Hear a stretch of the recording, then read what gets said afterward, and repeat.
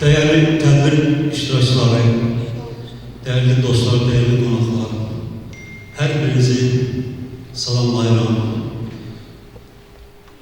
Turan kitabının, Turan Dünyası kitabının dərsə gəlməsində əməyi keçən hər kəsə, başta Firdevsi başımız olmaqla onu da salamlayıram. Təbrik edirəm sizi.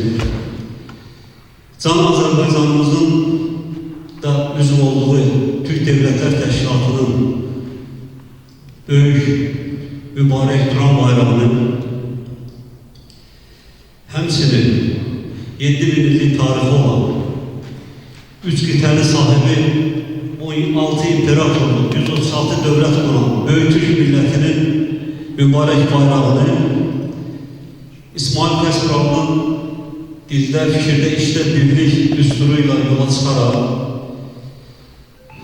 Turan fikir babası Ziya Gökalpın vətən nə Türkiye'dir, Türklere də Türkistan, vətən böyük ve müəbbət bir ülkedir, Turan deyərək bayrağı, mübarək bayrağımızı Firdevsi Paşa'mıza təqdim edirəm.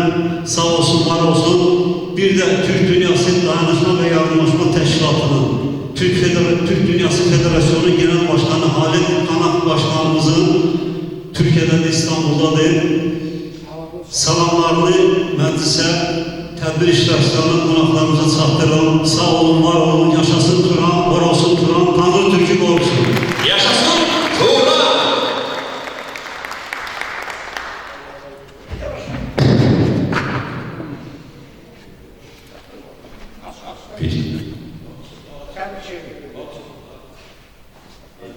Turan'a göre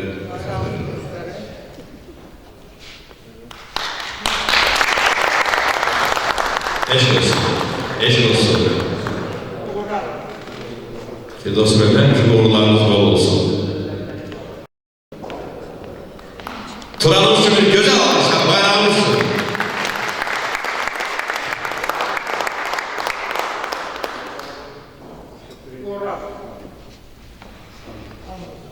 Çok sağ olun Firdevsi Bey, çok sağ olun. Valim Bey, çok sağ olun.